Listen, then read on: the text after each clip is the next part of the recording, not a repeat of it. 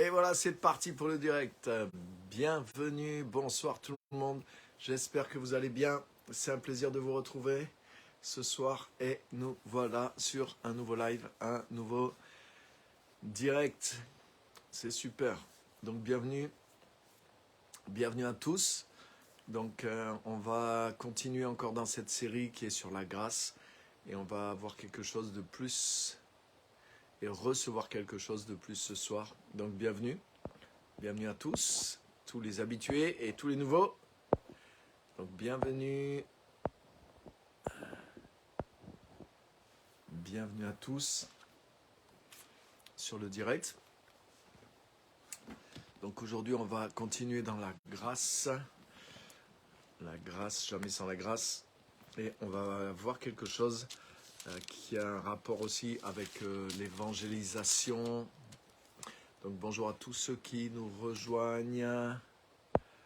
Valérie, Pascal, Christiane.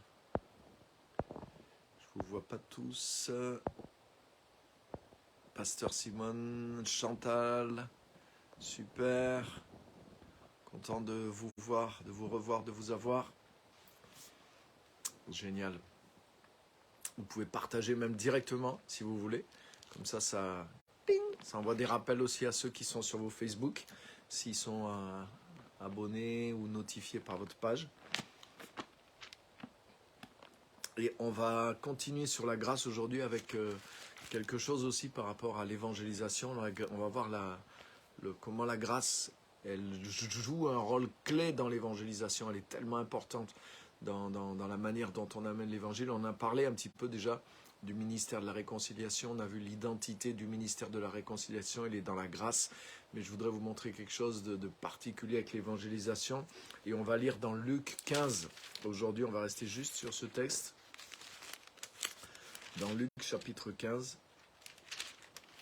Luc chapitre 15, c'est vraiment un chapitre pour capter vraiment comment Dieu nous voit en fait, hein, nous qui étions perdus, qui étions loin de lui.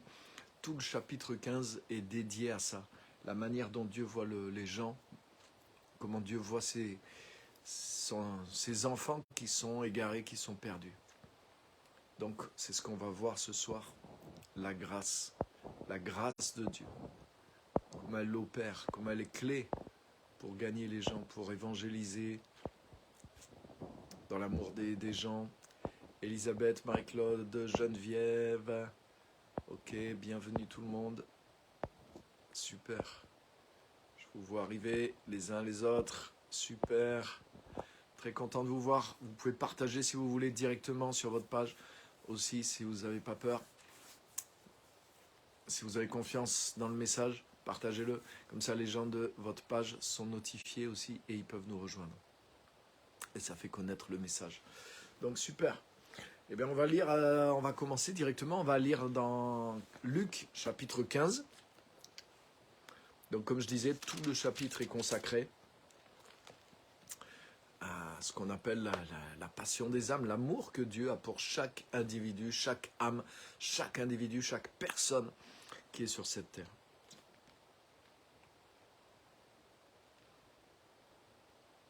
On va lire à partir du verset 1er. Luc chapitre 15, je vous lis à partir du verset 1er.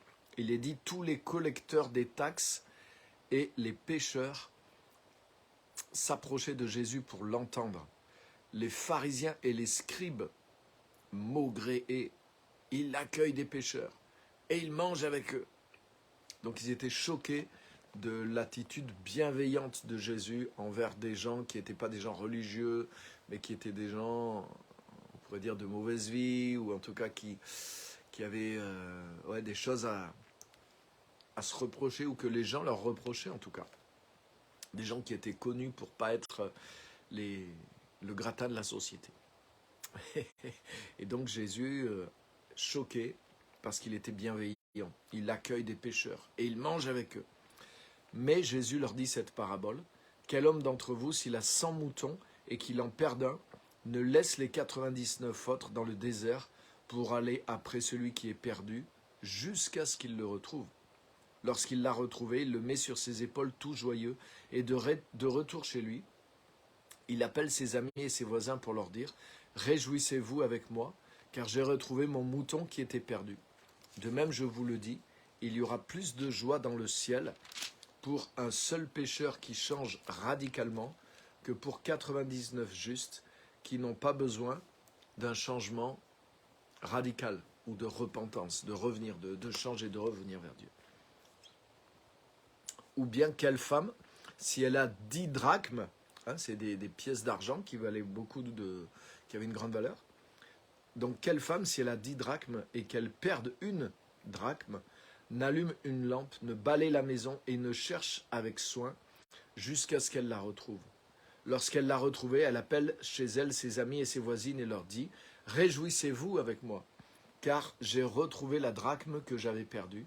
De même, je vous le dis, il y a de la joie devant les anges de Dieu pour un seul pécheur qui change radicalement. » Waouh!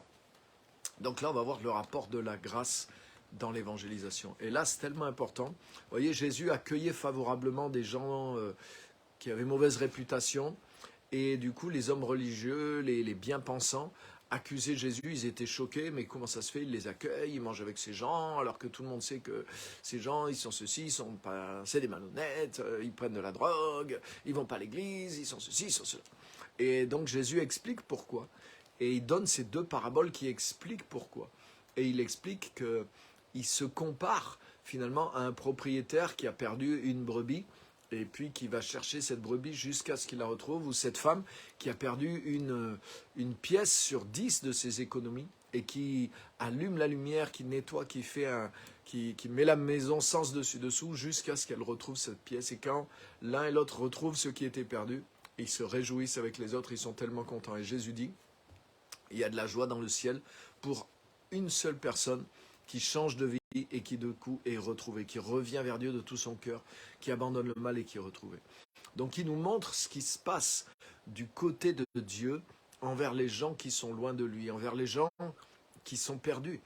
Et Jésus dit ça pour expliquer justement pourquoi lui il accueille les gens de mauvaise vie, pourquoi lui il va vers les gens qui sont loin, pourquoi il n'a pas de barrière vis-à-vis d'eux, non pas parce que Jésus était malhonnête, non pas parce que Jésus allait faire les mêmes choses que ces gens faisaient, non bien sûr, mais Jésus allait chercher et sauver ceux qui étaient perdus, parce que c'était quelque chose qui était dans son cœur. Il considérait que, comme le propriétaire qui a 100 brebis, mais c'est une brebis qui était à lui et qui est perdue. Donc ça veut dire que Dieu considère les gens qui sont perdus, pas comme des étrangers, pas comme des gens mauvais, mais comme des gens qui étaient à lui et qui sont perdus. Il les considère. Vous voyez, les pharisiens, ils disaient, ils mangent avec des pécheurs, mais dans les 2 paraboles, Jésus dit, il parle d'un mouton perdu et d'une pièce perdue. Et ensuite, il dit, il y a plus de joie dans le ciel pour un seul pécheur qui se repent. Donc avant de voir la faute, vous voyez, les pharisiens, ils voyaient ces gens en les qualifiant par leur faute. Hein. Ils mangent chez des pécheurs. Il accueille favorablement des pécheurs, donc des gens de mauvaise vie. Et ça veut dire qu'eux, ils ne se considéraient pas déjà à la base comme des pécheurs parce qu'ils ne pratiquaient pas peut-être des choses ouvertement mauvaises. Mais la Bible dit qu'on est tous des pécheurs pratiquants ou moins pratiquants, mais on est tous des pécheurs en tout cas. Et pour Dieu, avant d'être des pécheurs, on est perdu. C'est-à-dire qu'il ne nous voit pas par... il voit quelque chose de bon, mais qui a été perdu. Et qui est devenu mauvais. Parce qu'il est perdu, parce qu'il a mal tourné. Il n'est pas dans ce qu'il devrait être. Donc vous voyez, le Seigneur nous montre les choses depuis son point de vue, depuis son cœur. Et puis bien sûr, on va lire la dernière parabole hein, de Luc 15 qui traite du même sujet mais qui va beaucoup plus loin. Donc je vous la lis à partir du verset 11, vous la connaissez mais je vous la lis quand même. Et vous allez voir, on va découvrir certaines choses. Il dit encore, un homme avait 2 fils. Le plus jeune dit à son père, « Père, donne-moi la part de fortune qui doit me revenir. » Le père partagea son bien entre eux. Et peu de jours après, le plus jeune fils convertit en argent tout ce qu'il avait et partit pour un pays lointain où il dilapida sa fortune en vivant dans la débauche. Hein, le père a partagé l'héritage entre les 2 fils et le jeune fils, il vend l'héritage, il le transforme en cash, comme ça il va claquer, quoi. Donc il part avec cet argent et il fait la fête, mais dans la débauche. Lorsqu'il eut tout dépensé, une grande famine survint dans ce pays et il commença à manquer de tout. Il se mit au service d'un des citoyens de ce pays qu'il envoya dans ses champs pour y faire paître des cochons. Il aurait bien désiré se rassasier des caroubes que mangeaient les cochons, mais personne ne lui en donnait. Rentré en lui-même, il se dit « Combien d'employés chez mon père ont du pain de reste, alors que moi ici je meurs de faim. Je vais partir, j'irai chez mon père et je lui dirai « Père, j'ai péché contre le ciel et envers toi. Je ne suis plus digne d'être appelé ton fils. Traite-moi comme l'un de tes employés. » Et il partit pour rentrer chez son père. Juste une petite précision. Là, on est chez les Juifs. Jésus est au milieu du peuple juif. Donc, dans l'histoire qu'il choisit volontairement, pour illustrer, mais ce garçon qui est un fils juif, plutôt bien nanti, quoi. Son père a des employés, tout ça, donc c'est plutôt un garçon qui est dans une famille plutôt bien. Et il finit en dilapidant l'argent et il finit par garder les cochons et à vouloir même manger la nourriture des cochons. Donc pour un juif, le cochon c'est un animal impur, donc garder les cochons déjà pour un juif c'est pas possible, mais en plus vouloir manger la nourriture que mangent les cochons, mais ça voudrait dire que vraiment il faut crever de faim, quoi. Et encore il y en a qui ne le feraient pas. Donc ça veut dire que c'est pour illustrer, voyez, pour nous, bon, on voit la pauvreté qu'il a, il a vraiment faim, mais pour un juif, c'est pire. Vous voyez, c'est la déchéance, quoi. C'est vraiment, il a choisi exprès des personnages et une situation, Jésus, pour montrer qu'il est vraiment tombé bas. Et donc, ce fils décide de changer et de venir demander pardon et de revenir chez son père. Verset 20, comme il était encore loin, son père le vit et fut ému. Il courut se jeter à son cou et l'embrassa. Le fils lui dit « Père, j'ai péché contre le ciel et envers toi, je ne suis plus digne d'être appelé ton fils. » Mais le père dit à ses esclaves « Apportez vite la plus belle robe et mettez-la lui. Mettez-lui une bague au doigt et des sandales aux pieds. Amenez le veau engraissé et abattez-le. Mangeons, faisons la fête, car mon fils que voici était mort et il a repris vie. Il était perdu et il a été retrouvé. » Et ils commencèrent à faire la fête. Donc vous voyez, on retrouve, la parabole est différente, mais on retrouve les éléments qu'il y avait dans les deux premières paraboles. Le mouton perdu, la pièce qui était perdue. Et là, c'est le fils qui est perdu et qui est retrouvé. Et ils se réjouissent, exactement comme dans les deux paraboles. Une fois que ce qui est perdu est retrouvé, il y a de la joie. Il y a de la joie en Dieu, il y a de la joie dans le ciel. Et là, c'est illustré par le Père qui fait la fête avec son fils et avec les gens qui sont là. Mais regardez, très intéressant la fin, verset 25. Or, le fils aîné, donc le grand frère, était au champ. Lorsqu'il revint et s'approcha de la maison, il entendit de la musique et des danses. Il appela un des serviteurs pour lui demander ce qui se passait. Ce dernier lui dit « Ton frère est de retour, et parce qu'il lui a été rendu en bonne santé, ton père a abattu le veau engraissé. » Mais le fils, donc, se mit en colère. Il ne voulait pas entrer. Son père sortit le supplier. Alors il répondit à son père, « Il y a tant d'années que je travaille pour toi comme un esclave. Jamais je n'ai désobéi à tes commandements, et jamais tu ne m'as donné un chevreau pour que je fasse la fête avec mes amis. Mais quand ton fils que voici est arrivé, lui qui a dévoré ton bien avec des prostituées, pour lui tu as abattu le veau engraissé. » Le père lui dit, « Toi, mon enfant, tu es toujours avec moi, et tout ce qui est à moi est à toi. Mais il fallait bien faire la fête et se réjouir, car ton frère que voici était mort, il a repris vie, il était perdu, et il est retrouvé. » Waouh, quelle belle histoire, qui nous montre comment ça se passe du point de vue de Dieu. Et c'est ce que je voudrais vous montrer, c'est que, vous voyez, dans les deux premières paraboles, les deux premières paraboles, c'est donc un berger qui perd une brebis. La deuxième parabole, c'est une femme, une travailleuse qui perd ses économies. Et dans ces deux premières paraboles, on a vraiment le point de vue du propriétaire. Tout part du point de vue du propriétaire. Forcément, le mouton ne s'exprime pas, hein, et la pièce non plus n'a pas d'individualité dans les deux paraboles. Donc on voit uniquement, et en fait on voit uniquement du point de vue de Dieu en réalité, hein, puisque dans les deux premières paraboles, celui qui perd le mouton représente Dieu, et la femme qui perd sa pièce représente Dieu aussi, et la pièce perdue et le mouton perdu représente celui qui est loin de Dieu, hein, qui est perdu. Donc on n'a pas du tout le point de vue de ceux qui sont perdus, on n'a que le point de vue de Dieu. Mais là, dans la troisième parabole, on voit le fils prodigue, et là, bien sûr, il représente celui qui est perdu, et le père représente Dieu. Donc, on a vraiment on voit le point de vue là. Les choses sont beaucoup plus du point de vue de celui qui est perdu. Et ça nous permet de comprendre aussi certaines choses et de s'identifier plutôt à nous-mêmes, à ce fils qui est perdu. Mais, n'empêche que, vous voyez, les trois paraboles, ça va ensemble. Donc, il ne faut pas qu'on perde de vue ce que Jésus nous montre sur Dieu dans les deux paraboles qui sont avant. Parce que dans les deux paraboles qui sont avant, regardez bien, le berger, il laisse les 99 brebis et il va chercher jusqu'à ce qu'il trouve la brebis. Donc il laisse le troupeau et il va chercher celle qui est perdue. La femme qui a perdu les 10 pièces, mais c'est elle-même qui se met en recherche des pièces. Mais vous voyez, pourtant, dans la troisième parabole, on ne voit pas le père partir à la recherche de son fils qui est perdu. Même si on voit qu'il l'attend, hein, je vais y revenir tout à l'heure, on voit que, alors qu'il est encore loin, le père court vers lui dehors. Donc le père n'est pas surpris. Hein, le père voit le fils avant qu'il arrive. Mais en tout cas, on n'a pas la même impression que le père déploie autant d'efforts, on pourrait avoir l'impression, que dans les deux premières paraboles.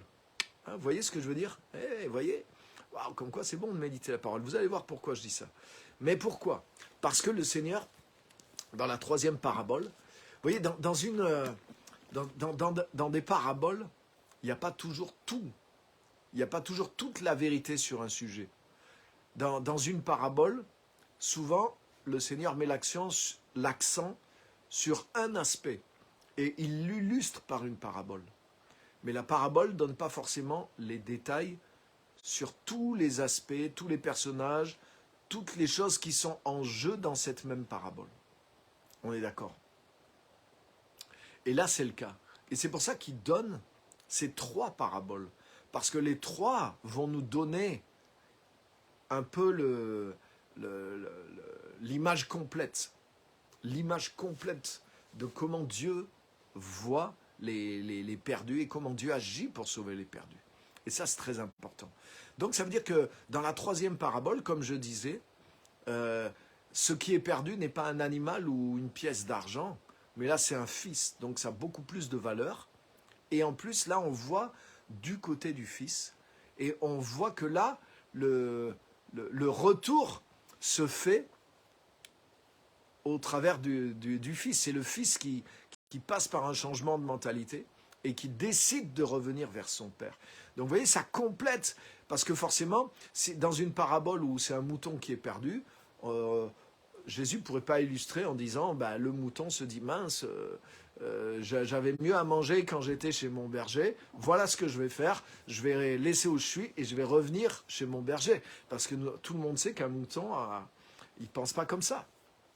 Et la pièce, encore pire pour la pièce qui est perdue, la pièce se dit pas, mince, je suis pas au bon endroit, il faut que je fasse quelque chose pour revenir. Vous voyez, donc comme quoi une seule parabole ne peut pas montrer tous les aspects des choses. S'il n'y avait que la parabole de la pièce qui est perdue, on pourrait dire, mais l'homme n'a rien à faire pour revenir à Dieu. C'est Dieu qui voit ce qui est perdu, et puis c'est Dieu qui fait tout le chemin, il va chercher, il allume, et une fois qu'il a trouvé la pièce, il la prend de force et il la ramène dans son sac, et elle est sauvée.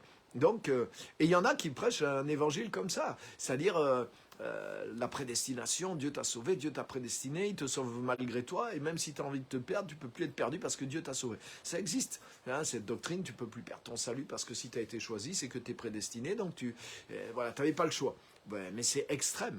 Mais vous voyez, par exemple, si on prenait que cette parabole, on pourrait dire, mais Jésus a enseigné ça. Mais non, Jésus, dans les deux premières paraboles, il nous montre comment ça se passe du côté de Dieu. C'est-à-dire que Dieu, il voit ce qui est perdu et Dieu va tout mettre en œuvre pour aller chercher ce qui est perdu. Mais maintenant, il complète par la troisième parabole. Et dans la troisième parabole, c'est pas le père qui va chercher le fils, physiquement, mais c'est le fils, il lui arrive quelque chose en lui, et le fils change, et dans sa galère, et il revient vers son père. Donc il passe par ce qu'on appelle la repentance. Et il y a un travail qui se fait en lui, et il revient. Mais maintenant, rappelons-nous la sagesse. Vous voyez, si dans la première parabole, comme je vous disais, si on prend l'histoire de la pièce, on pourrait dire, mais l'homme n'a rien à faire. Et si on prenait que l'histoire du fils, on pourrait dire, mais Dieu nous attend. Et c'est à nous de nous remettre en question et c'est à nous de tout faire. Donc pourquoi Jésus nous a donné les trois paraboles? Ça veut dire que quand on les réunit, on va avoir la fresque complète, à la fois de ce que Dieu fait et à la fois de ce que l'homme doit faire. Et là, on va associer les deux et vous allez voir, on va voir on va voir plusieurs choses et je vais essayer d'avoir le temps de tout vous dire, mais d'extraordinaire. C'est que, voilà, la troisième parabole, celle du fils perdu, elle ne vient pas annuler ce que Jésus a montré dans les deux premières. Hein, rappelez-vous, on est en train d'accuser Jésus, qu'il est accueillant envers les pécheurs, et il montre pourquoi. Il montre que le Père est à la recherche de ce qu'il a perdu, et il considère que c'est sa propriété, qu'il aime, et il veut la récupérer. Et c'est comme ça qu'il considère les âmes. Donc ce qui nous montre dans les deux premières paraboles, à savoir que le Père retrousse ses manches, hein, le berger, il laisse ses 99 et il va chercher, imaginez la galère. Peut-être il va dans des ravins, il ne sait pas où aller, c'est une galère d'aller chercher une brebis perdue. Et de la même façon, hein, la femme, c'est moins compliqué, elle cherche dans sa maison, mais après, elle aurait continué à chercher si ce n'était pas dans sa maison. En tout cas, voilà, chacun fait un travail et il cherche jusqu'à ce qu'il trouve, et quand il trouve, il se réjouit. Donc tout ça ne vient pas annuler dans la troisième parabole où le Père ne sort pas pour aller chercher.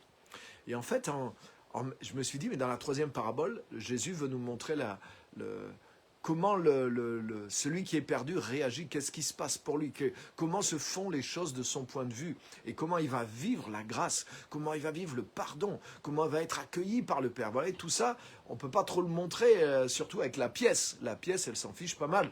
Le mouton, à la limite, il pourrait être content d'avoir échappé peut-être à un certain danger, de retrouver un certain confort. Mais voilà, c'est un mouton. Donc, vous voyez, il fallait cette troisième parabole pour montrer les choses du côté du Fils. Mais attention, et c'est là que je voudrais vraiment qu'on va ajouter les deux, c'est que la parabole du Fils prodigue n'annule pas ce que les deux premières paraboles nous ont montré du côté du Père. Et qu'est-ce qu'elles nous ont montré qu'on ne voit pas dans la parabole? C'est qu'on ne voit pas le Père alerter la police, passer les 3 années de sa vie à ratisser tout le terrain pour aller chercher son fils. Pourquoi? Parce que le fils est voulu partir de sa propre volonté. Un mouton, il est stupide, une pièce, elle est perdue, elle n'a pas de volonté. Mais l'être humain, il est perdu, mais il est perdu avec une certaine volonté. Et dans beaucoup de cas. Et le fils prodigue, c'est ça, c'est lui-même, il prend l'héritage, il part.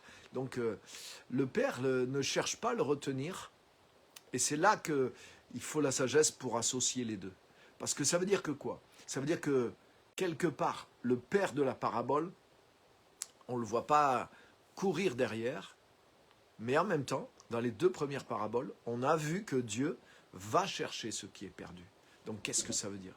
Ça veut dire que Dieu laisse partir. Dieu a laissé à l'homme le libre arbitre. L'homme a le libre arbitre, il désobéit, il fait ses mauvais choix.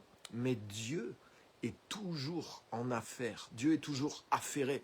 Dieu est toujours en train d'agir. Dieu, même si Dieu te laisse la liberté de tes choix, il ne t'empêche pas de faire ce choix, mais Dieu va travailler. C'est-à-dire que la manière dont Dieu s'y prend avec les êtres humains, qu'il ne peut pas faire avec un mouton ou avec une pièce, c'est que Dieu va tout mettre en œuvre. Ce que Jésus nous a montré dans les deux premières paraboles est vrai. Dieu va tout mettre en œuvre pour essayer de te convaincre, pour essayer de produire la repentance qui sait pas. Parce que Dieu ne peut pas t'assommer, te prendre de force sur ses épaules comme il fait avec le mouton. Il vient te chercher, mais pour que tu acceptes qu'il te ramène, mais il faut que tu commences à être d'accord avec ce qu'il te dit. Il faut que tu ouvres ta conscience à son message. Il faut que tu commences à changer, que tu commences à dire mais c'est vrai, ça ne va pas la vie que j'ai et finalement il faut que je retrouve autre chose, il faut que je revienne vers Dieu. Tu vois, il faut qu'il y ait un travail dans ton cœur qui t'amène à être prêt pour revenir vers le Seigneur. Et à ce moment-là, il faut que tu entendes l'évangile et que quelqu'un vienne vers toi, etc., etc. Et, ou que tu décides de revenir vers le Seigneur sans trop savoir exactement c'est quoi. Mais voyez, en fait, ça veut dire quoi? Quand tu cumules les trois paraboles, ça veut dire qu'en réalité, ce qui t'amène à changer d'esprit, ce qui a amené le fils prodigue à changer et être prêt à revenir par son père, mais c'est tout un travail qui s'est produit en lui. Et ce travail, on ne le voit pas dans la troisième parabole, mais c'est ce qu'on a vu dans les deux premières. C'est-à-dire, c'est le travail du berger qui va chercher la brebis qui est perdue, qui est derrière elle. Donc, bien sûr, c'est pas par force, mais c'est par sagesse, c'est par la prière, c'est par la persuasion. C'est Dieu te laisse passer des fois par t'user un peu dans tes mauvais choix, et à chaque fois, il essaie de faire un travail en toi, au fur et à mesure que ta folie, ton orgueil disparaît. Mais le Saint-Esprit est là pour essayer de te convaincre, pour essayer de te ramener à la maison, pour te ramener à de meilleures décisions, pour que tu reviennes vers lui. Il va mettre des gens sur ta route, il va mettre des circonstances sur ta route pour t'aider. Et même si tu as toujours ton libre arbitre pour aller te planter, mais Dieu sera toujours là derrière pour essayer d'aller te chercher, pour te parler. Donc vous voyez, cette action qu'on voit de Dieu, dans les deux premières paraboles, elle n'est pas annulée parce qu'on ne la voit pas de la même façon dans la troisième. Les paraboles se complètent parce que forcément on comprend bien que l'être humain n'est pas un mouton ni une pièce, il a un libre arbitre et que Dieu ne viole pas notre libre arbitre. Mais par contre, il fait un travail continuel qui ne peut pas faire de force, mais il veut nous aider, nous convaincre, amener notre esprit à changer et nous amener à la repentance. Comme c'est écrit, Dieu veut que tous les hommes soient sauvés et se repentent, c'est-à-dire changent de manière de penser, reviennent à lui et parviennent à la connaissance de la vérité. Waouh, ça c'est merveilleux. Et on voit, et maintenant je voudrais vous montrer quelque chose justement. Donc, vous voyez, si on garde ce qu'on a vu dans les premières paraboles et qu'on l'ajoute à la troisième, où on voit les choses du point de vue du Fils, donc du point de vue de l'homme qui est loin de Dieu. Et maintenant, si on ajoute tout ça, mais je me suis rendu compte de certaines choses. Et j'ai relu le texte, je me suis dit, mais attends. Le truc qui m'a fait un déclic, c'est quand le fils prodigue rentre à la maison, suivez bien. Quand le fils prodigue rentre à la maison, t'as vu, le père il dit à ses serviteurs, amenez vite la plus belle robe. Les serviteurs ils disent, mais quelle robe? Non. Amenez des sandales. Amenez-lui la bague et le truc.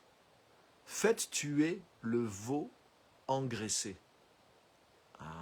Et là, ça m'a fait tilt. Je me suis dit, le veau engraissé, ça veut dire quoi? C'est comme si le veau, il a été engraissé pour cette occasion. C'est-à-dire que dans la tête du père, son fils allait revenir. Et en fait, quand tu le lis un peu au travers des lignes, mais ça se voit trop. Tu vois, par exemple, c'est dit, alors que le fils, lui, il est en train de faire son chemin, il veut rentrer, ça se passe loin, il n'y a pas de portable, il n'est pas en train d'envoyer des SMS à son père sur WhatsApp, papa, je regrette, il n'y a aucun moyen de communication entre eux. Mais le père, c'est comme si le père, il a déjà anticipé tout ça. Le père, et en fait, je vais y aller. Je ne vous dis pas tout de suite, mais vous allez le découvrir avec moi.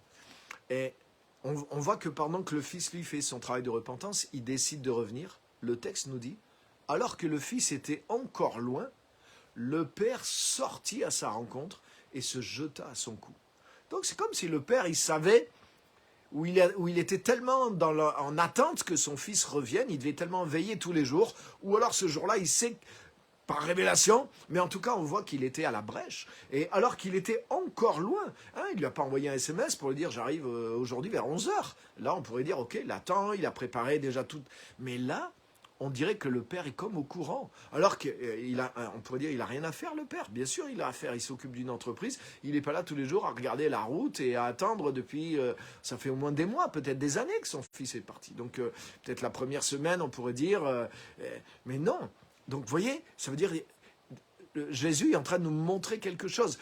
Ce qu'on a vu dans les premières paraboles, où Dieu a toute cette démarche pour sauver, c'est toujours là dans la troisième parabole. Même si on voit toujours les choses du point de vue du Fils, mais le Père est là. Et le Père, regardez bien, non seulement le Père, il a anticipé tout ça, mais c'est comme, là je vais un peu plus loin, le texte ne le dit pas, mais… moi, ça me donne l'impression que le Père, il a déjà tout préparé. C'est-à-dire la tunique est déjà prête. Le veau a déjà été engraissé. C'est-à-dire, au moment où le fils est parti, le père il a dit, vous allez m'engraisser un veau pour le jour où il va revenir. Parce que Dieu fait un travail pour aller chercher ce qui est perdu. Dieu veut le salut des gens. Dieu s'engage dans la recherche. Comme Jésus a dit, le Fils de Dieu est venu chercher et sauver ce qui était perdu. Il n'est pas juste venu les sauver, il est venu les chercher. Et il dit ça quand il trouve Zachée. Vous savez, et Zachée, il lui dit, il faut que j'aille aujourd'hui dans ta maison. Et il l'appelle par son nom. Donc ça veut dire il a anticipé, il a prié. Dieu lui a donné une parole de connaissance. Il savait que ce jour-là, il allait rencontrer un homme qui s'appellerait comme ça, parce qu'il ne le connaissait pas. C'est la première fois qu'il allait à Jéricho, mais il savait qu'il a... Et la conclusion, c'est que il dit, le Fils de l'homme est venu chercher et sauver ce qui était perdu. Donc vous voyez cette action de Dieu qu'on voit dans les 2 premières paraboles, tout laisser pour aller chercher celui qui est perdu. Mais c'est toujours vrai. Même si Dieu nous laisse le libre arbitre, même si dans la 3e parabole, on voit plus ce côté-là, mais il y a une action de Dieu, il y a un souci de Dieu, il y a une préoccupation de Dieu, mais il y a une foi de Dieu. Et dans la parabole du Père, du Fils prodigue et du Père, c'est ce qu'on voit. Il y avait une foi dans le cœur du Père. Et waouh, il l'attendait. Donc il savait qu'il allait revenir. Et il était encore loin, il le voit, il se jette à son cou. Il l'attend, mais dans la repentance. Il l'attend pas. Il se dit pas, le fils va arriver en lui disant, papa, finalement, il me faut une rallonge. Rajoute un peu de pognon, j'en ai plus. Non, il s'attend à voir son fils revenir, mais dans la repentance, avec le changement. Et effectivement, c'est ce qui se passe. Waouh! Et mon fils que voici était perdu. Il était fou. Il est devenu sage, il était mort, il est revenu à la vie, il était perdu, il est retrouvé. Et aussitôt, il appelle les serviteurs, amenez vite la plus belle robe. Sous-entendu, ils savent déjà laquelle c'est. Amenez-lui la bague au doigt, amenez-lui des sandales et tuez le veau qui est engraissé. Engraisser un veau, ça prend... Ils ne l'ont pas engraissé, il n'a pas dit commencez à engraisser le veau. Tuez le veau qui a été engraissé. Donc c'est là que je me rends compte qu'il y a des choses qui étaient prêtes. Et en fait, quand j'ai commencé à penser comme ça, grâce aux 2 premières paraboles, vous voyez, il y a ces petits détails dans la 3e. Alors j'ai pensé à autre chose carrément depuis le début. Et parce qu'il y a un truc qui m'a paru quand même trop bizarre, quoi. C'est que quand même, ce père qui représente Dieu, dès le début, un homme avait 2 fils. Le plus jeune dit à son père, « Père, donne-moi la part d'héritage qui doit me revenir. » Le père partagea son bien entre eux. Peu de jours après, le plus jeune fils convertit en argent tout ce qu'il avait et partit pour un pays lointain où il dilapida sa fortune. Donc, tu as vu, ce fils est vraiment méchant par rapport au père, parce qu'il ne lui dit même pas « donne-moi l'argent », il le trompe un petit peu finalement. Il prend la part d'héritage et puis quelques jours après, il la vend pour faire de l'argent, il part avec. Mais tu crois que le père ne comprend pas tout ça? Comment ça se fait que le père, lui... Déjà, imagine-toi en tant que parent, tes enfants te diraient ça, mais tu le vivrais mal. Mais comment ça? Ouais, bah papa... peut-être tu vas mourir que dans 30 ans. Moi, j'imagine mes enfants qui viendraient me voir. Bon, écoute, papa, on a une discussion avec toi. Tu risques de mourir que dans 30 ans. Et puis là, on aurait vraiment besoin un peu du pognon que tu as, là. Donc, t'as qu'à nous donner déjà ce que tu as maintenant. Je le vivrais mal. Je me dis, mais franchement, ils n'en ont rien à faire de moi, quoi. Et comment ils osent dire ça, tu vois, c'est horrible. Ça voudrait dire vraiment, ils ont... Imagine tes enfants te disent ça, mais tu vas pas dire, tu dis pas rien et tu dis ah bah oui bien sûr, voilà votre part. Et le lendemain ou quelques jours après, tu apprends qu'ils ont tout vendu et qu'ils partent pour aller tout claquer. Mais tu serais fou. Mais là, vous avez remarqué, il n'y a aucune réaction de la part du Père. Pourquoi? Parce que le Père représente Dieu. Et le Père sait très bien. Et pour moi, quand on voit le Père qui a déjà tout anticipé, j'ai compris que dès le début, il a anticipé. Dès le début. Et en fait, quand son fils vient le voir, le Père sait à l'avance. Ça représente Dieu. Dieu sait à l'avance comment sont les êtres humains. Et Dieu sait ce qu'il fait. Dieu leur donne l'héritage. T'as vu? Sur la terre, même si tu n'aimes pas Dieu, mais tu respires de l'air gratuitement. Dieu ne dit pas, je vais donner de l'air que à ceux qui croient en moi. Je vais donner de la santé que à ceux qui croient en moi. Non. Dieu partage l'héritage. te donne la vie, il te donne l'abondance, il te donne les choses qu'il y a sur la terre. Il y a une bénédiction qui est sur l'humanité. Dieu a béni Adam et Ève. Cette bénédiction continue. Et ouais. Et donc tu vois, qu'est-ce que Dieu fait? Dieu, on peut dire, mais Dieu est faible. Qu'est-ce que Dieu fait? Dieu se laisse faire? Non, Dieu a une idée en tête. Et l'idée qu'il a en tête, il l'a montré dans les 2 paraboles précédentes. C'est que Dieu ne va pas contre le libre arbitre parce qu'il l'a donné à l'homme. Donc tu veux partir te perdre, tu veux quand même profiter de ce que Dieu t'a donné, et tu veux tout dépenser, tu veux aller même peut-être abîmer ton propre capital santé dans la débauche, tu peux le faire. Oui, ça brise le cœur de Dieu. Mais si Dieu te le dit, tu ne vas pas le croire, tu ne vas pas l'écouter. Tu ne crois même pas qu'il existe pour certaines personnes, comme c'était le cas pour moi, par exemple. C'est pour ça qu'on voit le père dans la parabole, il ne dit rien à son fils. Parce que son fils ne peut pas comprendre ce qui se passe dans le père. Et il leur partage son bien.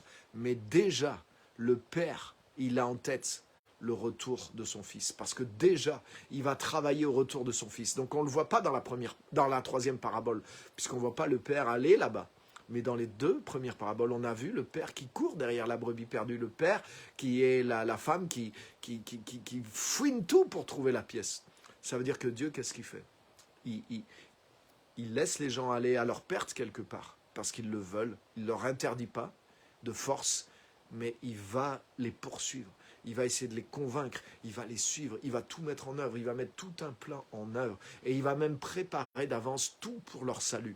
Et tout est déjà prêt quand tu arrives au salut. Tu as vu, Dieu ne dit pas, ah mince, une telle, elle s'est convertie. Waouh, elle fait du combien?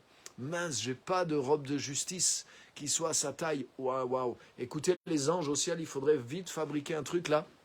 Parce que là, il y a des conversions en ce moment que je n'avais pas vraiment anticipées. Et puis, j'ai pas vraiment la quantité de pardon, de grâce, d'appel, de dons pour tous ces gens-là. Qu'est-ce qu'on va faire? Non, tu as vu, quand tu viens au salut, tout est déjà prêt. Pourquoi? Parce que Dieu a tout anticipé. Donc, vous voyez le cœur de Dieu, comment il est énorme. On voit comment, dans les 3 paraboles, on voit comment la grâce de Dieu, elle commence au moment où le jeune fils, il crache au visage de son père finalement.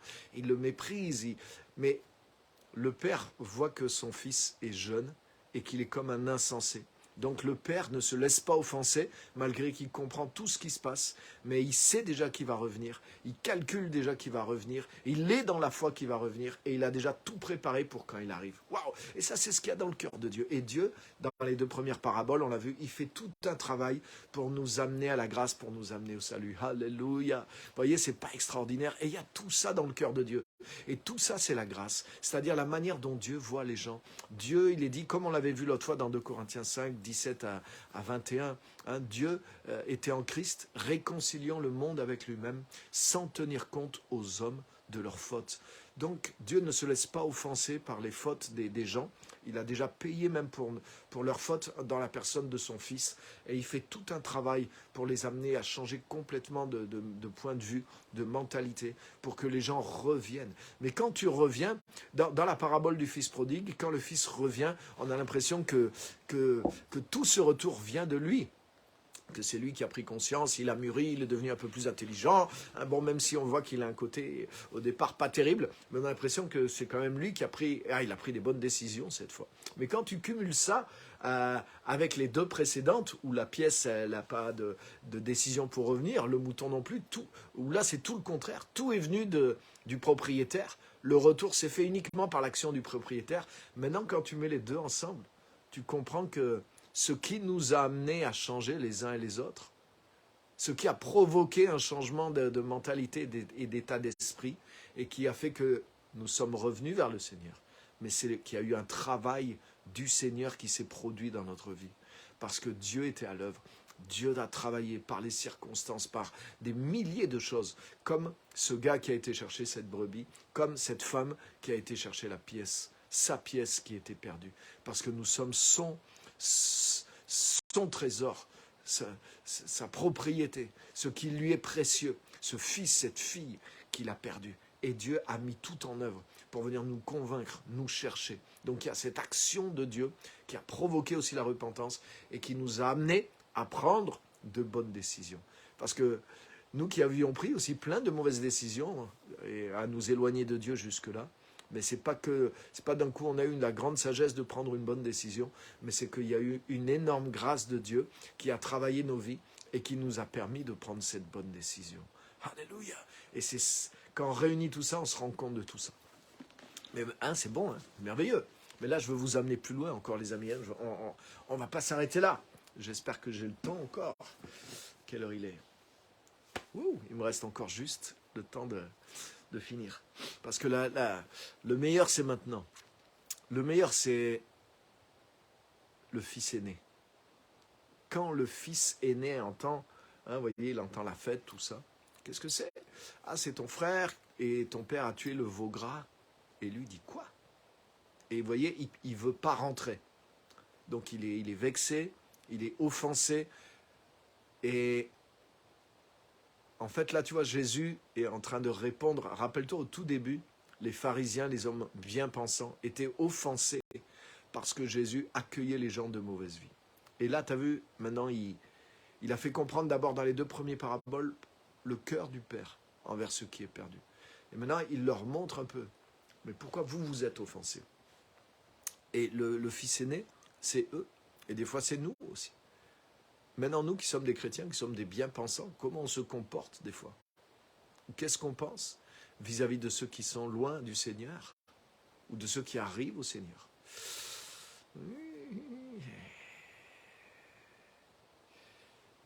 Des fois, on est plus comme le fils aîné que comme le père. Ça, c'est vrai. Et je vais nous montrer quelque chose. Et pourquoi? Et donc, le fils aîné réagit mal, il est offensé. Et puis, vous avez vu, son père sort pour aller le chercher. Donc, il n'y a pas un fils prodigue en réalité, il y a 2 fils prodigues. Il y en a un qui a quitté la maison, mais l'autre, il est resté à la maison. Et celui qui est resté à la maison, il ne connaît pas non plus le cœur de son père. Et le père va chercher les 2 à l'extérieur de la maison. Le deuxième ne voulut pas rentrer. Ah non, puisque c'est comme ça, j'y vais pas, je rentre pas. Et son père sort et il le supplie. Là encore, tu vois, le père est plein d'humilité. Il lui aurait pu dire, mais tu es vraiment un orgueilleux, tu es vraiment un légaliste, tu es vraiment un religieux, tu es vraiment sans pitié, sans compassion, tu n'aimes pas ton frère. Non, il le supplie de rentrer. Et il lui explique. Il lui dit, mais regarde, ton frère était perdu. Il est retrouvé. Il fallait bien se réjouir, il fallait bien faire la fête. Oui, mais... Et puis là, il y a toute une amertume qui ressort du cœur du fils et qui révèle aussi, j'aime la traduction que j'ai utilisée, la NBS, qui fait ressortir, il a dit, il y a tant d'années que je te sers comme un esclave et tu ne m'as jamais rien donné pour me réjouir avec mes amis. Et là, le père est choqué. Il dit, mais tu es mon fils, pourquoi tu me sers comme un esclave? Il dit, mais tout ce que j'ai est à toi.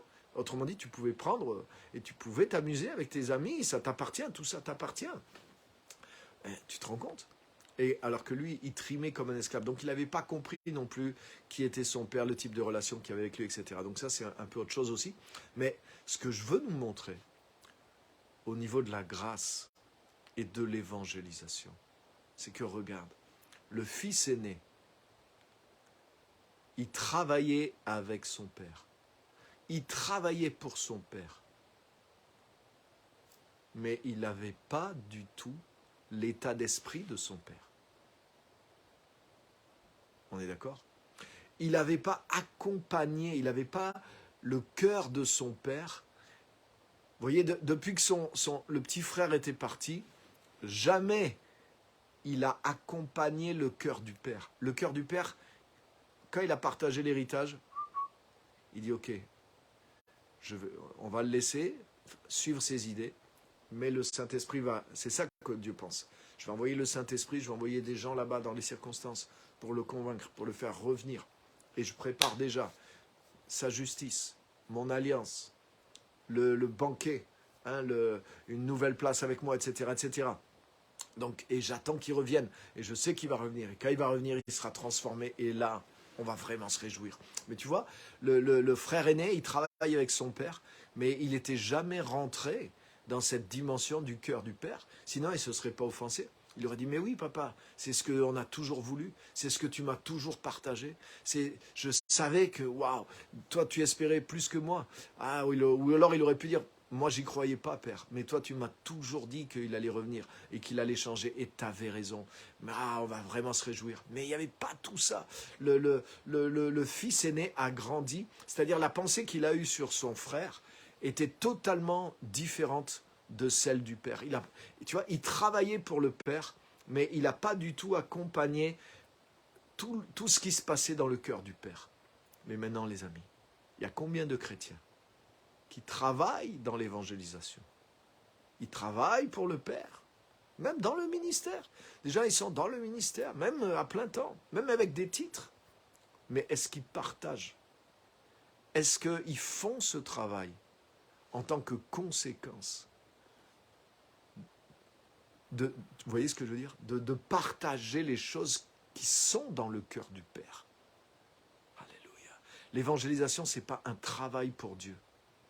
L'évangélisation, entre guillemets, c'est quelque chose qui est dans le cœur de Dieu. Ce n'est pas que l'évangélisation. Vous voyez, c'est tout cet amour, toute cette compassion, tout ce sentiment de propriété, tout ce sentiment que ce qui appartient à Dieu et qui a été perdu, lui est dû, et que Dieu met tout en œuvre, et que Dieu nous met en œuvre. Dieu met en œuvre les circonstances. Dieu a mis en œuvre son propre Fils pour que ce qui est perdu soit sauvé. Donc tu crois que Dieu, il a fait ça, puis maintenant, il ne fait plus rien, il attend, maintenant j'ai fait mon truc, c'est à eux de revenir, maintenant. Non. On voit dans les 2 premières paraboles comment les propriétaires mettent tout en œuvre. Mais Dieu va tout mettre en œuvre. Dieu anticipe. Et Dieu ne dit pas, s'ils n'ont pas voulu revenir après ce que j'ai fait pour eux en Jésus, c'est tant pis pour eux. Maintenant, s'ils sont vraiment perdus, ils l'auront bien mérité. Non, ce n'est pas possible. Dieu ne peut pas penser comme ça après avoir sacrifié son Fils. Et c'est ce qu'on voit en réunissant ces 3 paraboles. Mais par contre, on voit que le fils aîné, il n'avait pas capté tout ça. Et pourtant, il travaillait pour son père. Donc attention les amis, de ne pas travailler, allez on fait de l'évangélisation, allez on sort, on va distribuer des tracts, allez il faut quand même parler de Jésus, ouais c'est vrai, allez il faut que je donne mon témoignage, allez il faut que je parle de Jésus aux autres parce que sinon ça sera de ma faute s'ils ne sont pas sauvés. Vous voyez tout ça c'est faire le travail de l'évangélisation et on peut être comme le fils aîné, mais je sers comme un esclave, en plus c'est dur, les gens se moquent de moi, il faut aller dans la rue, il faut parler à des inconnus, j'ai pas envie de le faire, en plus on se moque de moi, c'est clair. C'est clair que, par exemple, quand je vois les témoins de Jéhovah faire leur boulot d'évangélisation, mais quelle corvée, de la manière dont ils le font. S'il faut aller vraiment s'obliger, aller se faire jeter par tout le monde, mais ça ne fait pas envie. C'est clair. Et beaucoup de chrétiens, ils ont l'impression qu'il faut qu'ils aillent faire leur témoin de Jéhovah, excusez-moi, parce que c'est une obligation. Et je suis sûr que pour beaucoup, si on leur disait, non, Dieu ne vous oblige pas à faire de l'évangélisation, à partir de maintenant, Dieu vous relève de cette obligation. Vous devez lire votre Bible, prier, aller à l'église, donner votre dîme. Parce que beaucoup de chrétiens, c'est comme ça qu'ils voient la vie chrétienne. Mais Dieu vous relève de l'obligation de l'évangélisation. Waouh! Mais je suis sûr, il y en a plein, ils disent, waouh! Mais c'est super, c'est génial. C'est un fardeau en moins, quoi. Waouh, c'est énorme. Mais tout ça, pourquoi? Parce qu'on n'a pas perçu. Non, ce n'est pas le travail d'esclavage de l'évangélisation. On doit rentrer dans le cœur de Dieu. On doit partager. On ne peut pas travailler pour lui comme des esclaves sans partager ce qui est dans son cœur. Mais l'œuvre de Dieu, mais justement c'est l'œuvre de Dieu, tu ne peux pas faire l'œuvre de Dieu si tu ne comprends pas pourquoi Dieu le fait, si tu ne comprends pas qu'est-ce qu'il y a en lui. Et Dieu veut surtout pas, Dieu veut pas nous employer comme des esclaves, Dieu veut pas qu'on travaille comme des esclaves, Dieu veut qu'on partage en tant que fille et fils son fardeau, sa douleur, mais aussi sa foi et les choses qu'il a préparées d'avance. Parce que Dieu a un temps d'avance. Dieu a préparé d'avance. Au moment où Dieu donne l'héritage, au moment où le Père donne l'héritage au Fils, il sait qu'il va revenir déjà. Et à peine il a tourné le dos, il dit à ses serviteurs, mettez-moi de côté une robe de telle taille, des sandales de telle taille, un anneau de telle taille, et commencez à m'engraisser un veau, parce que là, waouh, il y en a un qui va bientôt revenir et on va préparer son retour. Parce que là, toutes ces années-là où on va souffrir de son éloignement, mais tout ça, ça va exploser de joie le jour où il va revenir parce qu'on aura la victoire, parce qu'on va travailler, le ciel va travailler pour provoquer en lui la repentance, le retour, jusqu'à ce qu'il revienne à la maison. Et là, quand il va revenir, mais il aura vraiment tout compris. Parce que tu as vu, le fils aîné, il n'est pas parti de la maison, mais je suis sûr que le plus jeune fils, pas longtemps après qu'il soit rentré à la maison, mais il a découvert son père comme jamais il l'avait découvert avant. Pourquoi le jeune fils est parti? Pas simplement parce qu'il voulait, mais il avait l'impression que à la maison c'est nul, avec mon père c'est nul, la vie qu'il y a là elle vaut vraiment pas la peine. Et puis mon père, gna gna gna gna gna gna. Et puis il est parti faire son expérience. Et puis au bout d'un moment il s'est dit, même les ouvriers chez mon père, ils sont mieux lotis que moi, ici. Et il s'est dit, là je me suis planté. Et puis quand il a vu son père, il s'est dit, je vais prendre une raclée, ou alors mon père va me traiter comme un mercenaire, il va me faire rembourser, et déjà s'il fait ça, ça sera cool. Mais le père, non seulement il ne l'a pas pris comme un mercenaire, mais il l'a repris le jour même à sa table en tant que fils, avec la bague, et le jour même, tu ne pouvais plus voir le passé et la faute du fils prodigue. Donc là, le fils prodigue, le plus jeune, il a découvert son père. Il n'avait pas compris l'amour de son père. Il n'avait pas compris quoi? La grâce qui était dès le début dans son père. Waouh! Mais le plus jeune fils, il en savait plus sur son père à partir de ce jour que même le fils aîné qui était resté à la maison. Ça, c'est parlant. Des gens, ils sont depuis longtemps dans l'évangile, mais ils ne connaissent pas Dieu. Ils ne connaissent pas la dimension de la grâce qui est en Dieu. Et ils font pourtant le travail de l'évangélisation. Ils travaillent pour Dieu. Ils font même la corvée. Pour eux, c'est un esclavage, la vie chrétienne. Il faut aller à l'église. Il faut lire la Bible. Il faut prier. Il faut louer. Le pire de tout, il faut donner de l'argent que tu as gagné durement la semaine. Mais c'est sûr que si c'est ça la vie chrétienne, je comprends pourquoi il y en a qui arrêtent. Et pour certains, c'est ça. Et en plus, faut aller faire le témoin de Jéhovah en allant donner notre témoignage à des gens qui n'en ont rien à faire et se prendre la honte. Mais c'est comme ça qu'ils le vivent et qu'ils le voient, certains. Parce que c'est comme des fils aînés. Ils sont dans la maison, ils sont des esclaves, mais ils ne connaissent pas le Dieu qui est à côté d'eux. Ils connaissent le patron, mais ils ne connaissent pas le cœur du Père. Et le cœur du Père, c'est la grâce. Alléluia. Tu ne peux pas faire le travail de l'évangélisation si tu n'as pas la grâce de Dieu. Et si tu as la grâce de Dieu, tu ne vas même pas te dire « Ah, je fais un travail d'évangélisation ». Tu ne penses pas comme ça. Tu ne penses pas comme ça. Tu as l'amour des âmes. Tu comprends ce qu'il y a dans le cœur de Dieu. Tu veux toucher les gens. Et même dans toutes les dimensions, tu as compassion. Comme Jésus. Jésus avait compassion des gens parce qu'ils étaient paumés. Ils n'avaient pas d'enseignement. Il les enseignait. Jésus voyait les malades. Il avait compassion. Il guérissait les malades.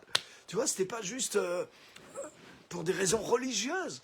Il aimait comme Dieu aimait. Il voyait comme Dieu voyait. Pourquoi? Parce qu'il était en contact avec le cœur du Père. Et dans le cœur du Père, non seulement il y a la compassion, mais il y a l'anticipation, il y a la foi, il y a la préparation, il y a la certitude que les gens vont revenir. Comme dans les 3 paraboles, il y a une récupération de ce qui est perdu.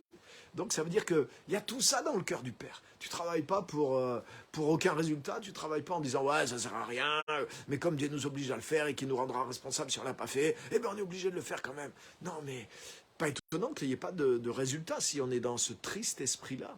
Le Père savait que le Fils allait revenir. Il a même engraissé le veau pour tout ça. Il était dans une foi, il était dans quelque chose, ça se voit.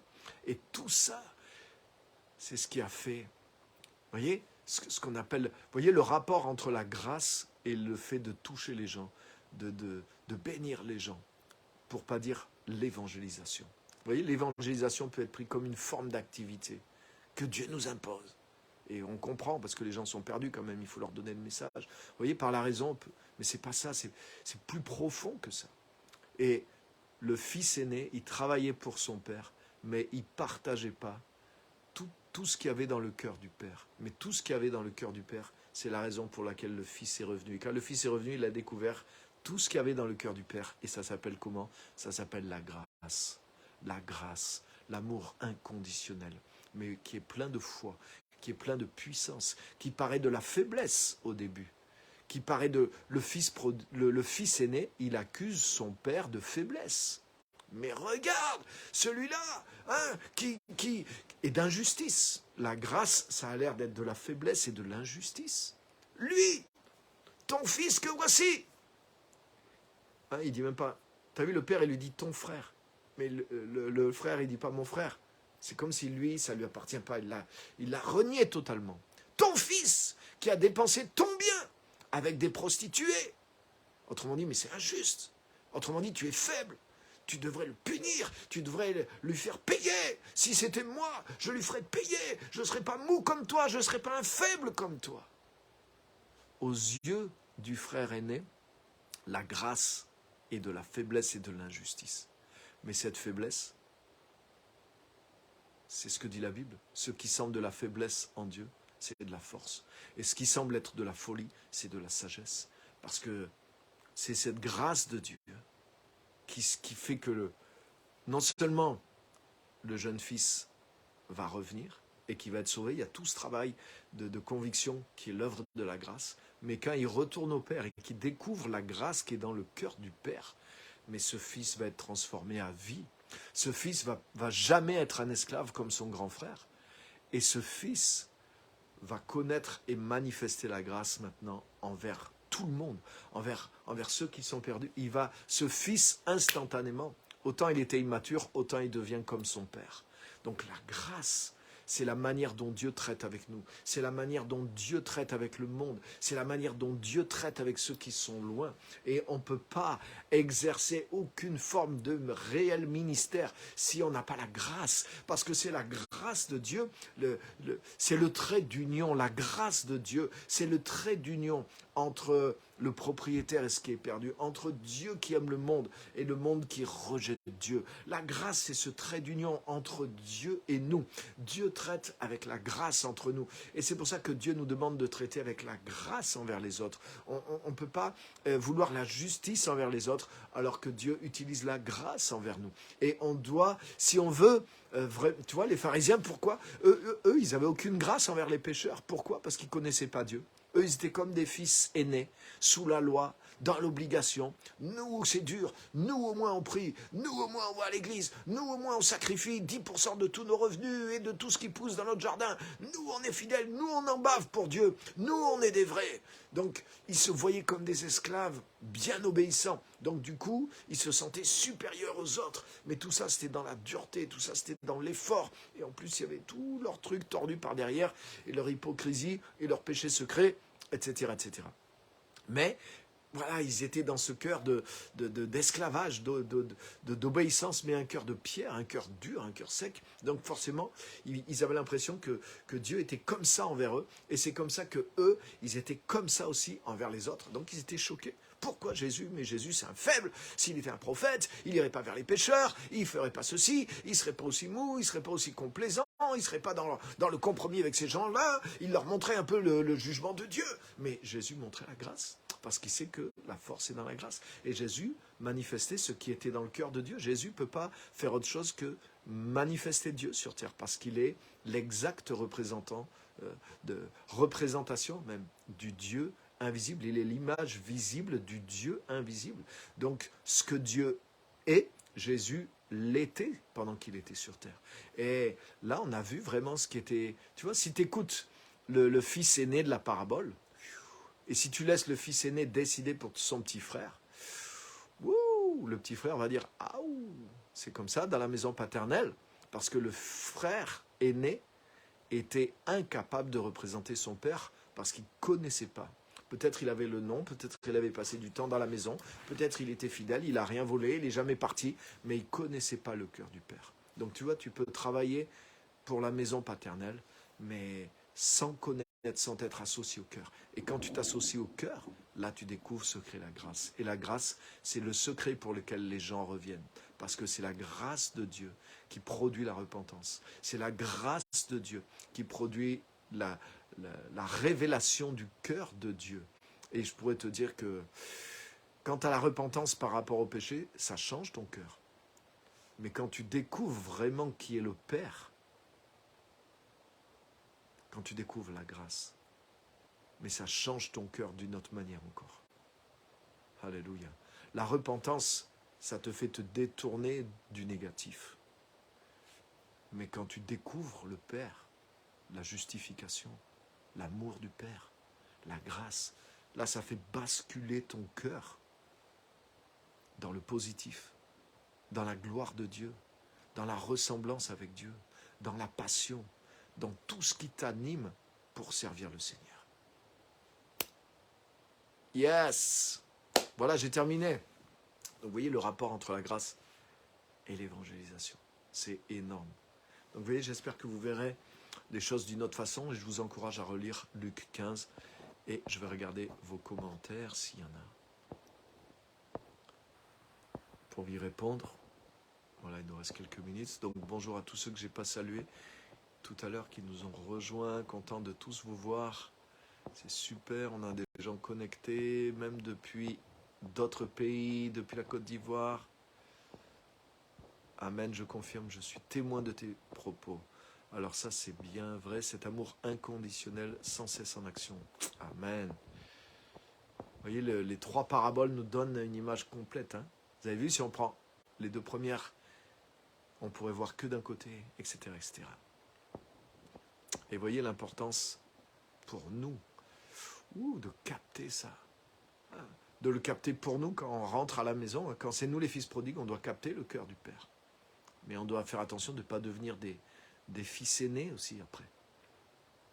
Allez, bah, ça fait longtemps que je suis chrétien, ça fait longtemps que je suis converti, ça fait longtemps que ceci. Et puis des fois, on devient bien... On était des fils prodigues et puis on commence à devenir des fils aînés. On perd le contact avec le cœur du Père. On obéit aux lois de service. On est tellement bien obéissant aux lois de service. Ah ben moi maintenant, ça y est, j'ai bien compris, je fais ci, je fais plus ça, je fais plus ci, je fais ça, je fais plus ça. C'est bien. Mais est-ce que c'est une obéissance servile ou est-ce que c'est parce qu'on est connecté au cœur du Père? Et là, ça nous amène beaucoup plus loin que l'obéissance servile. Donc bienvenue à tous ceux qui étaient là. Marc, bonsoir du pays du soleil. Ah, t'as de la chance. Là, nous, on a la neige qui est tout près de nous. Florence aussi, bienvenue. Je regarde vos commentaires. Joël aussi, toi aussi qui es du sud. En tout cas, qui est un peu plus au sud que nous. Elisabeth, Rina, Christophe, Clarisse, super. On était nombreux aujourd'hui là. N'hésitez pas à partager aussi, je vous encourage à partager. Isabelle, super. Georgette, Élise, génial. Le travail par contrainte n'a aucune valeur. Il faut être rempli de l'amour de Dieu et ce travail devient une joie. Amen.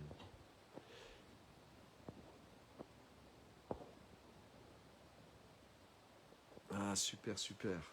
Là, je vois qu'il y a plus de commentaires. Alors, attendez, je vais essayer de les avoir entiers pour pouvoir bien répondre. En tout cas, super de vous avoir et merci à tous d'avoir été là, d'avoir suivi. Je vous encourage à partager le message.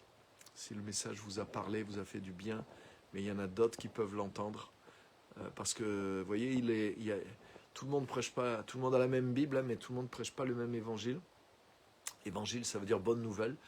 Mais des fois, c'est pas une bonne nouvelle. Des fois, tu entends un message qui est pas vraiment une bonne nouvelle et qui décourage.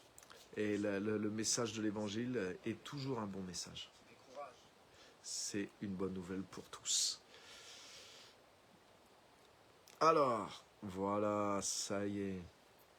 Et c'est ce que j'ai vécu avec mon fils que je croyais perdu. Super, super. Et puis, je sais dans l'histoire là qui est mentionnée, c'est qu'il y a eu un changement d'attitude aussi chez toi. Et tu as décidé de faire grâce aussi, de revenir vers le contact, d'être inconditionnel, de devenir un peu comme le père de la parabole. Et quelque chose s'est passé aussi. Donc même là, ça illustre d'une manière tellement merveilleuse aussi. Merci pour votre appréciation aussi. La joie du Père est réelle et d'une grande puissance. Amen. Alors, voilà. Il faut être rempli de l'amour de Dieu et ce travail devient une joie, un leitmotiv. Exactement. Quand on est connecté au cœur de Dieu, on ne voit plus les choses comme un devoir pénible. Mais c'est même s'il peut y avoir du défi des fois, d'aller donner témoignage ou d'aller gagner des gens, il y a des efforts à faire, je suis d'accord. Mais le moteur qui est derrière, ça n'a rien à voir. Parce qu'on comprend le... Tu as vu, le Père, dans les deux premières paraboles, il travaille Hein, il laisse les 99, il va chercher celle qui est perdue, il la porte sur ses épaules, il la ramène jusqu'à ce qu'il la trouve, la pièce aussi. Donc ça veut dire, oui, il y a des efforts, il y a un travail. Ça ne veut pas dire que ça se fait tout seul parce que c'est la grâce, non. Mais parce que j'ai touché la raison profonde qui motive le Père. Alors c'est là que je vais être vraiment prêt à tout. Tandis que si je fais les choses servilement, ah ben ça y est, moi, vous voyez ce que je veux dire? Je ne vais pas aller même au bout des choses. Donc, il y a vraiment une autre dimension qui est là. Donc, merci pour ce commentaire. Tout à fait vrai. Le pire dans l'histoire, c'est que le cadet a tout dilapidé, tout son héritage, la moitié de la richesse du père. Et quand il revient, le père lui redonne son héritage. Ouais, le père le réinstalle dans la maison. Ça veut dire que le jour où le père va mourir, le fils va retrouver de l'héritage aussi. Ouais, c'est merveilleux. Hein. Dieu n'est pas à court. Hein. On ne peut pas abuser de la bonté de Dieu. C'est pour ça qu'il fait grâce. Et c'est pour ça qu'il nous dit aussi faites grâce. Parce qu'on ne se rend pas compte des fois de toute la richesse qu'on a en tant qu'enfant de Dieu. Oh, mais je ne vais pas encore lui pardonner une autre fois. Là, j'en peux plus. Cette fois, ça va trop loin. Mais si on a les ressources de Dieu, allons-y.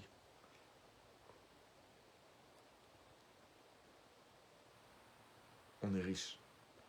Quand on est dans la grâce, on sait que nous-mêmes, on est riche. On peut donner plus. Même si il faut redonner, repardonner, refaire ceci. Il y a de la ressource dans la grâce de Dieu. Elle est inépuisable. La grâce coûte à Dieu, donc elle n'est pas vraiment gratuite. Quelqu'un dit, oui, c'est vrai. Comme on voit dans la parabole, même dans le commentaire qui vient d'être dit, le Père redonne l'héritage. Donc c'est vrai, c'est lui qui paye. C'est lui qui paye. Il paye 2 fois pour le Fils. Mais c'est sa joie. Il est prêt à payer pour qu'on revienne. Et ça, c'est merveilleux. Et quand on fait grâce aux autres, c'est nous qui payons. Quand on pardonne, c'est nous qui payons. Quand on décide d'aimer les gens malgré qu'ils sont pas aimables, ou qu'ils mériteraient le jugement, ou qu'ils mériteraient qu'on les laisse tomber, et qu'on persévère, mais c'est nous qui payons aussi par notre effort. Mais cette grâce, on la puise en Dieu, et c'est la nature même de Dieu. Et c'est ce qui nous permet d'être généreux avec nos propres vies aussi. La grâce fait que nous devenons généreux avec nos propres vies. C'est merveilleux.